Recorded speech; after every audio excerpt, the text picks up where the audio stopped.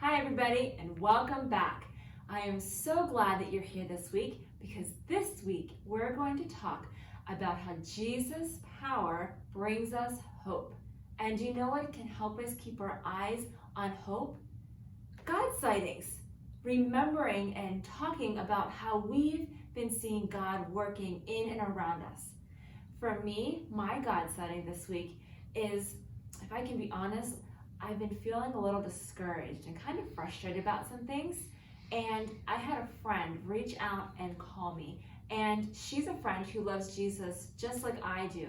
And so not only did she encourage me as a good friend would, but she was able to remind me of all the great things about Jesus that I already know, but I just needed to have that little extra reminder. It really encouraged me. And it gave me some hope for this week that's coming. And I'm just really excited to share that with you. So, what are your God sightings? Take a moment, pause the video, and talk about that. Thank you so much for sharing with each other. You know, as I've been out and about, I've had to go to the grocery store and a couple of different places, I've noticed that there are people who are feeling really frustrated and really angry right now. And maybe you've seen that too if you've been out. Or maybe you've even seen some of that in your home. Maybe some people in your home are starting to feel a little frustrated and angry. Frustrated because we've been around each other for a long time and usually we get a break by going to school or going to work. Or maybe you've seen people who are feeling angry or feeling frustrated because they're out of work right now. They can't go to work and they're really worried and angry about how things are going right now. Or maybe you're still feeling frustrated because you are looking forward to something like a birthday party or playing your favorite spring sport and that just hasn't happened yet. How are you feeling right now? Let's take a moment and talk about that because it's great to talk about how we're feeling. So, what, if anything, is making you feel angry or frustrated or maybe even just a little bit tense? Pause me and talk about that. Now, I know we've asked that question before about how you're feeling and are you feeling frustrated or angry or disappointed? And it's good to talk about those things. It's good to get them out. But you know what? Jesus' power gives us hope. And so right now we're going to sing a song that reminds us that no matter what's going on around us, we can have hope in Jesus. And He can change our mood when we keep our eyes set on Him.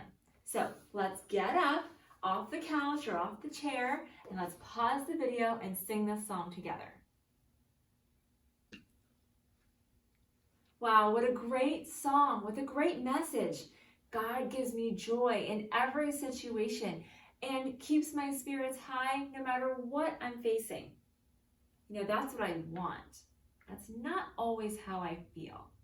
And I bet I'm not alone in that. Maybe you feel like that sometimes too. I have a story that I want to share with you today about some friends of Jesus who understood this and kind of felt the same way. They had a situation that for a little while they did not feel very joyful in, but they got to see that Jesus' power brings hope. You can find their true story here in the Bible in in the book of John, chapter 11. I'll say that one more time. The book of John, chapter 11. And their story actually takes up the whole chapter. So you can feel free to pause the video now and read their whole story, or you can just listen along. And if you have little ones at home, you may want to read it yourself and then just pick out the verses that really focus in on the parts of the story that we're sharing today, just to make it a little bit easier for them. Okay, so Jesus has these three friends, and their names are Mary, Martha, and Lazarus. And they actually are all siblings. So Mary and Martha and Lazarus, they're brother and sisters. And they have been great friends with Jesus for quite a long time. And one day, Lazarus, he gets sick, really sick. We're talking more than just a little cold or I don't feel like doing anything today, but he got really, really sick. And Mary and Martha, they were very concerned about him. So they decided, you know what? We're going to send word to Jesus, because they knew that Jesus' power brings hope. And so they believed that if they called on Jesus, he would come and he would heal his brother and he would be just fine. So they sent a messenger far off to go find Jesus so that he would come and heal their brother.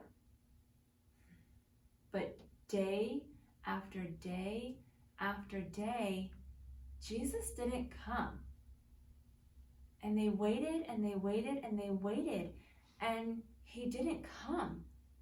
And I bet they felt, well, I'll give you an idea of how they might have felt. This is what I want you to do, okay? In just a moment, I want you to hold your breath like, okay? I want you to hold your breath in just a moment. And when I count to 3, hold it, take a deep breath, hold it tight, and hold it until I tell you to let go, okay? All right, so 1, 2, 3. Now you hold it while I tell you this next part of the story, okay? So they waited and they waited and they waited.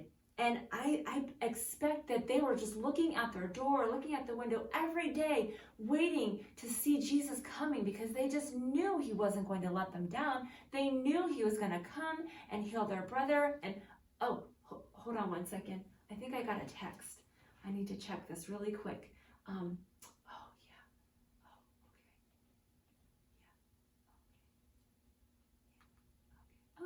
that's a funny picture. Okay, all right. Oh my goodness, you're still holding your breath, aren't you? Oh, let out the breath. Let out the breath. I completely forgot. I got distracted with the story in my phone. I completely forgot you're holding your breath. Go ahead and let the breath out. And when you were holding your breath, waiting for me to tell you that you could breathe again, and I was telling you this Bible story, and then I was checking my phone, maybe you started to think, hey, did she forget about me? Did she forget I'm not breathing? And I wonder if that's how Mary and Martha started to feel day after day when Jesus had not come. Did they start to feel frustrated? Did they start to think, well, Jesus must be too busy for me, or Jesus must have better things to do than come and help my brother? Or maybe they felt like they were being abandoned, like he didn't care about them. They could have felt all sorts of painful, hurtful things, to the point that they probably even got angry that their friend had not come to the rescue. Now, this is what I'd like you to do, because it's good for us to kind of feel what someone else is feeling, right? So let's make a tight fist, really tight, okay? And as tight as you can make it, try to make it even just a little bit tighter. And hold your fists, okay? Hold them as tight as you can as we keep going on with our Bible story. Mary and Martha, after days and days and days of waiting for Jesus to come and heal their brother, oh, that tension was building inside of them. That frustration and probably even anger was starting to fill them up on the inside. And then the worst thing happened. Lazarus, he died. He didn't get better. Jesus didn't get there. He didn't come before he died. Lazarus died.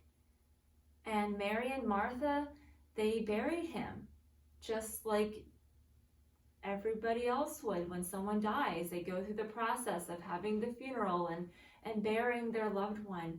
And so now they had all those feelings of frustration and hurt and anger because their friend Jesus didn't come when they expected him to.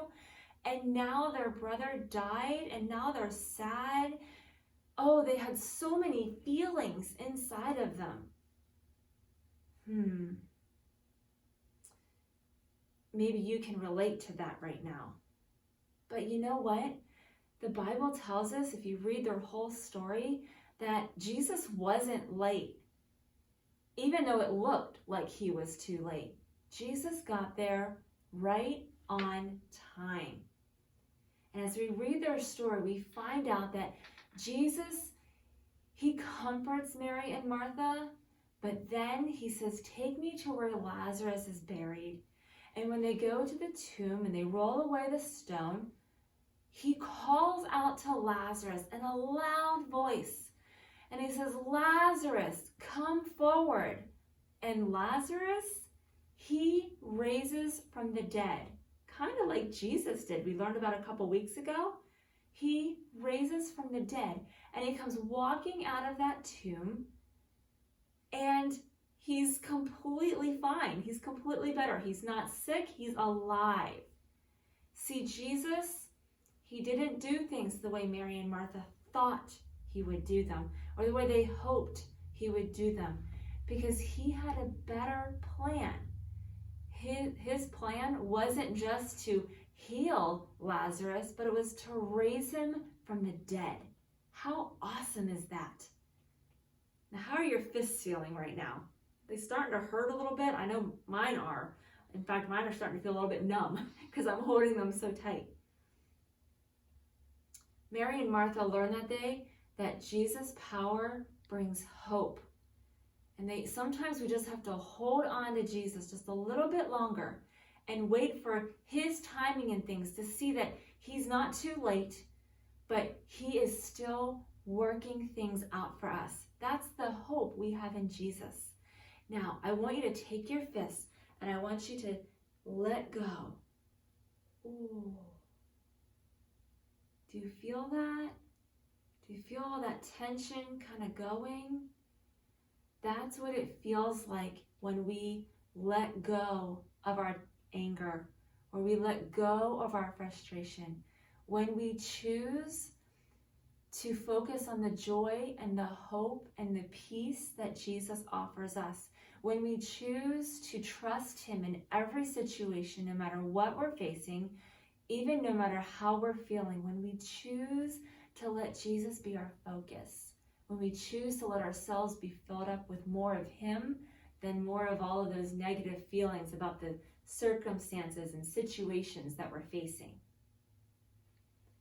I encourage you today to let go of some of those angry feelings you're feeling and let Jesus fill you up, because Jesus' power brings us hope.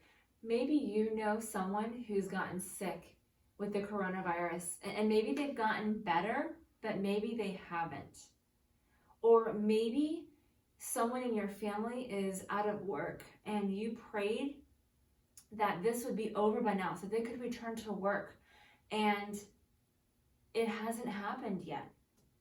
Or maybe you've been praying and expecting something else from God, and you just are wondering, where are you? Where is the hope in all of this? Because it seems to be dragging on instead of getting better.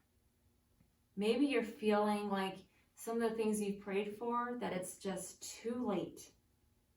But let me remind you, like in our story today, Jesus wasn't too late in helping Mary and Martha, and most of all Lazarus, and he's not too late in helping you. And even when we feel the way we feel, even when we struggle with feelings of anger and frustration, Jesus, like in our story, he doesn't walk away from us. He didn't walk away from Mary and Martha. He drew closer to them, and he draws close to us. And he is there to give us hope, because Jesus' power gives us hope. So I want you to take a moment and talk about these two questions with your family.